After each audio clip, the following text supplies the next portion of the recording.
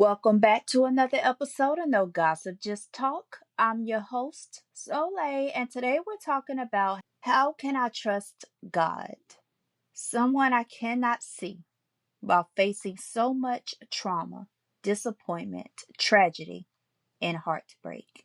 And this is one of those conversations where I don't think we need to come in pretending we have every answer. Because sometimes when we talk about God, especially when we're hurting, people can make us feel like questioning means we don't have faith. But what happens when our mouth is saying, God, I trust you, while our heart is saying, God, I don't understand you right now? What happens when we've prayed and the situation still fell apart? What happens when we were believing for healing, restoration, protection, or a breakthrough, and it looks nothing like what we've prayed for? And that's where I want to lean into today. Because if we say God already knows our heart, why are we pretending? We might be able to hide our disappointment from people. We might know how to give a cliche or polished answer. We might know what to say when somebody asks how we're doing. But we can also hold another truth at the same time. We can have faith and still experience disappointment. We can trust God and still admit that there are moments when trusting feels difficult. And that doesn't have to destroy our relationship with God. Because think about any real relationship we have. If we can only speak when everything is good, is that really a real connection? If we have to hide our pain, confusion, anger, disappointment, and fear just to keep the relationship comfortable and looking good, then do we really have a honest relationship, a healthy relationship? And if the answer is no, why would we think God will want something fake from us? If we already say he knows our heart, wouldn't he already know that we're angry or disappointed? If he knows when we're trying to believe, but a part of us is afraid to hope again because hope has hurt us before. Maybe the prayer isn't always, God, I trust you completely. Maybe sometimes the prayer is, God, I want to trust you, but I'm struggling. God, I love you, but I'm angry. God, I know what I've been taught about you, but what I've experienced has me confused. God, I'm still here, but I need help understanding how to stay connected to you through this. I think that is as real can be. And I understand maybe we need to know the difference between questioning God and abandoning God. However, in the midst of it all, I believe that pain can tell us things when we're the most vulnerable. Pain can say, God forgot about me. Pain can say, God loves everybody else more but me. Pain can say, if God cared, this would have never happened. Pain can say, why pray when it doesn't change anything? We have to be careful about allowing our most painful moment to become our entire understanding of God. And that doesn't mean we minimize what happened, because some things are devastating. Some losses change us. Some childhood wounds follow us into adulthood. Some prayers don't get answered the way we hoped they would. Some things happen that we may never fully understand. Sometimes we don't know the reason. We don't know everything. We don't know why every tragedy happens. We don't know why one person gets the miracle and another person experiences loss. We don't know why some seasons last longer than others. But I do believe faith is choosing not to make a permanent conclusion about God based on something we don't fully understand. And I know that can be hard. Easy said than done. Because most of us need answers. Most of us need to know where things are going. We need to be able to see it. And I do understand trusting a God we cannot physically see can feel challenging, especially when what we can see in front of us is chaos.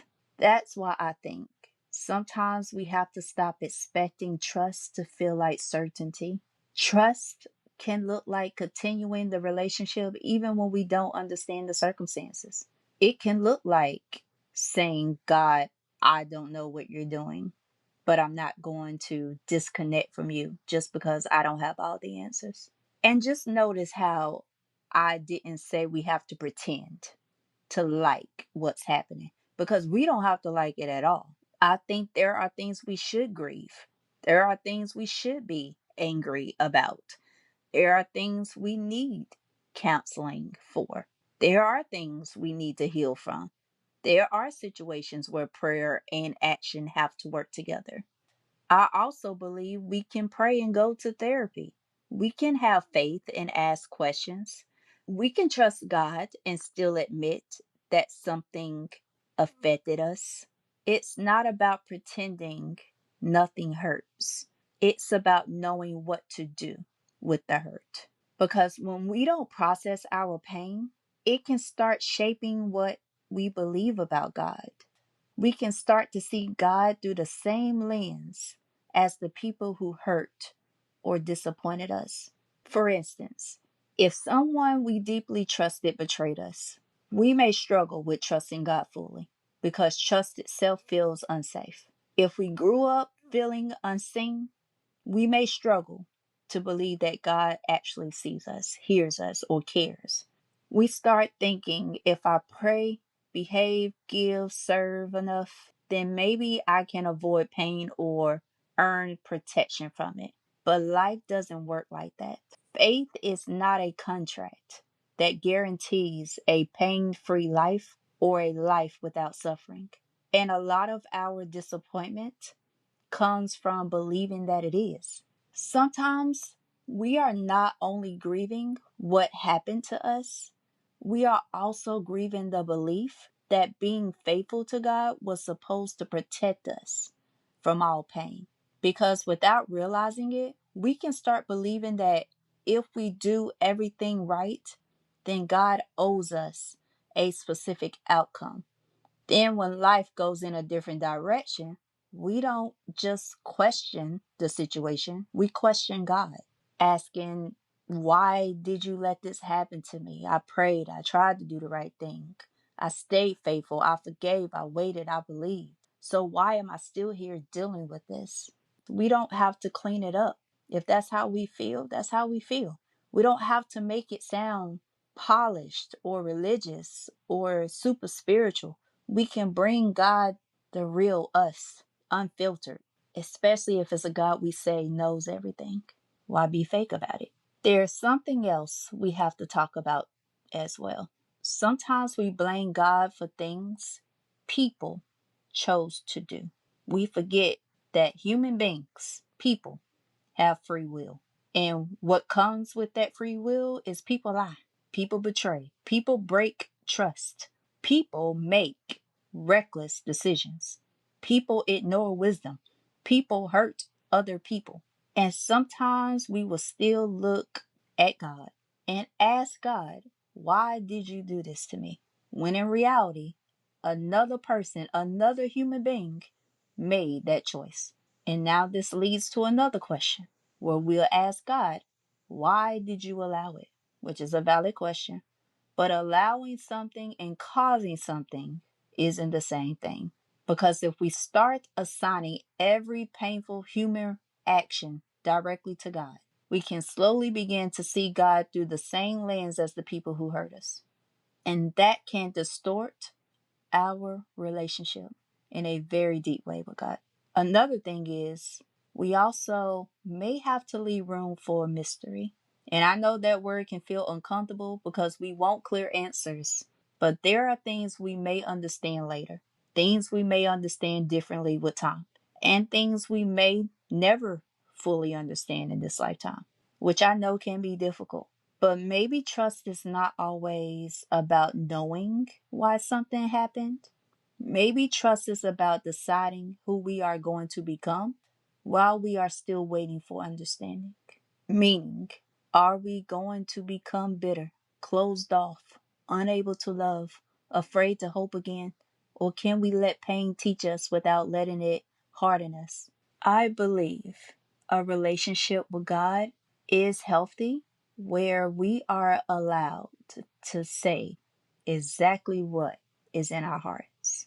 Maybe some of us need to have a conversation with God that we've been avoiding, a real conversation. God, this hurt me. God, I feel disappointed. God, I thought things would go differently. God, I don't understand why I had to go through that.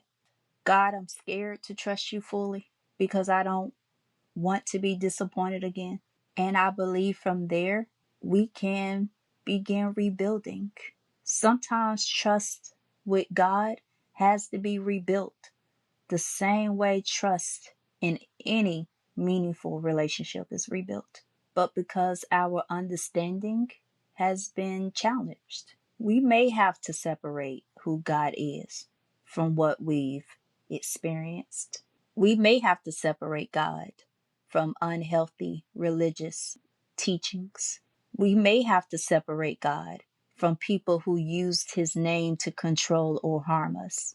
We may have to separate God from expectations we picked up along the way. And then we have to ask ourselves, or we should ask ourselves, who is God to me when I'm no longer relying on someone else's version? And that's where it gets personal. Because eventually, faith has to become our own, not someone else's faith, not our pastor's faith, not something we repeat just because we've heard it all our lives, but our own relationship, our own questions, our own understanding, our own experience.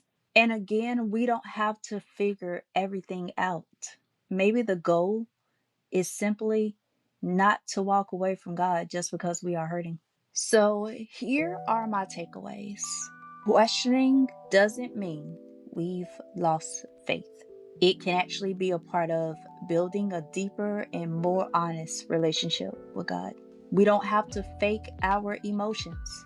If God already knows our heart, honesty is more real than being fake about it. Trusting God doesn't mean pretending trauma, disappointment, and heartbreak doesn't hurt. We can grieve and still believe at the same time. We have to be careful not to confuse what people did to us with who God is. Human choices human beings make, choices people make, can cause real pain, and healing may require separating those experiences from our view of God. We don't need every answer before we stay in relationship with God. Sometimes trust simply sounds like, God, I don't understand this, but I'm still here. And finally, our pain can teach us, but it doesn't have to define everything we believe. We can become wiser without becoming colder. We can become more discerning without becoming fearful. We can acknowledge disappointment without losing hope. We can have an honest relationship with God that has room for both our faith and our questions. Maybe we don't have to be afraid of saying what's really in our hearts. Maybe God would rather hear our truth than a perfect prayer we don't even mean. And maybe the fact that we're still asking, seeking, talking, and still trying to understand means the relationship isn't gone. Maybe it's growing into something more authentic. So let's keep healing, growing, using wisdom and discernment, and most importantly, let's keep our relationship with God honest. All right, that's it for today's episode. Thank you for tuning in to No Gossip, Just Talk. I'm your host, Soleil. Make sure you subscribe, share the show, and stick around for more episodes to come. Now, before I go, check out my book series, If Only I Had a Home. It is close to my heart and opens conversations around mental health, bullying, family secrets, and the struggles we often keep hidden. You can find it on Amazon along with my other books or through my link tree at No Gossip Just Talk. and stay connected because I have more books and music coming your way. Until next time, ciao for now.